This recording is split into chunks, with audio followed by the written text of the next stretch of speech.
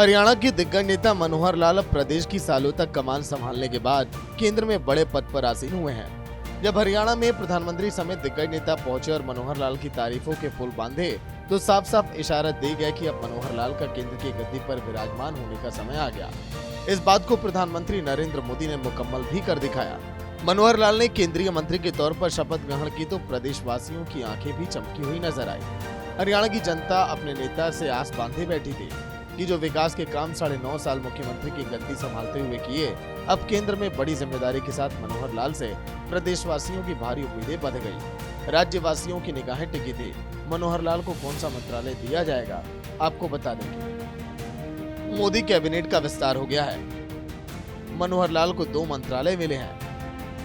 केंद्र में मनोहर लाल को 2 अहम विभागों की जिम्मेदारी। मनोहर लाल को ऊर्जा और शहरी विकास मंत्रालय दिया गया। केंद्रीय मंत्री मनोहर लाल ने अपने ऊर्जा मंत्रालय के तौर पर पदभार संभाल लिया है। सुबह करीब 10 बजे अपना मंत्रालय और पदभार संभाला। मनोहर लाल ने कुर्सी पर बैठने से पहले अपनी कुर्सी को प्रणाम भी किया।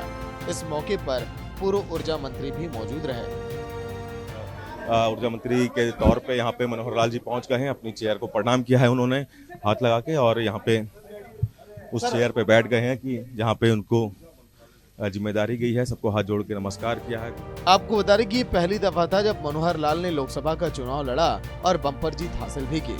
इससे पहले भी वो विधानसभा का चुनाव जीतकर प्रदेश की कमान संभालते हुए दिखाई दिए हैं। मनोहर लाल ने पहली बार लोकसभा चुनाव लड़ा, करनाल सीट से चुनाव जीता, लोकसभा चुनाव में बम्पर जीत हासिल की। मनोहर लाल को 7,39,285 वोट मिले हैं। तो चलिए अब आपको बता दें कि मनोहर लाल कौन है और उनका राजनीतिक सफर कैसा रहा है। साल 1977 में आरएसएस के साथ जुड़कर काम किया। मनोहर लाल आरएसएस के प्रचारक बने। साल 2000 में बीजेपी में शामिल हुए। साल 2014 तक पार्टी के संगठनात्मक महासचिव रहे। 2014 में हरियाणा चुनाव अभियान समिति का अध्यक्ष बने।